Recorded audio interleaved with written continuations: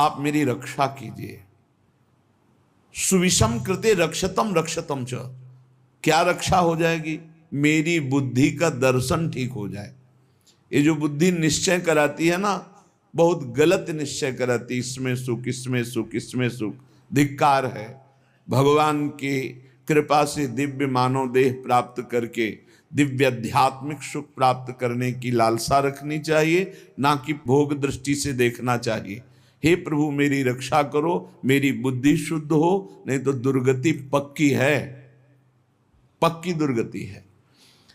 फिर जब काम अपना अधिकार जमा लेता है हृदय में, तो क्रोध का तांडव शुरू हो जाता है, नाक में गुस्सा रहता है, छोटी छोटी बातों में वो अपने पूज्य जनों को भी कटु वचन, कठोर व्यवहार, हिंसादि भी कर सकता है।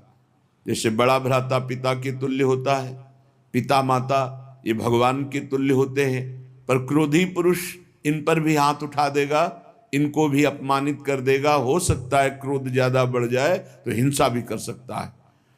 ये राक्षसी बुद्धि के लक्षण हैं, जो माताओं बहनों में काम भाव देखना और क्रोध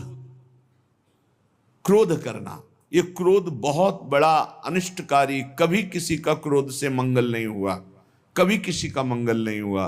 क्रोध को क्षमा के द्वारा नष्ट करना चाहिए।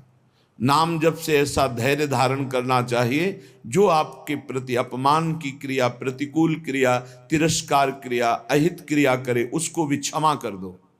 क्षमी अद्वेष्टा सर्वभूतानां मैत्रा करुण एवच निर्ममो निरहंकारां सम दुखा सुखः क्षमी। क्षमी क्षमावान, क्षमावान बलवान होता है, क्रोधी बलवान नहीं होता, वो कमजोर होता है। क्षमावान बलवान होता है। क्षमा के द्वारा क्रोध का नाश करो।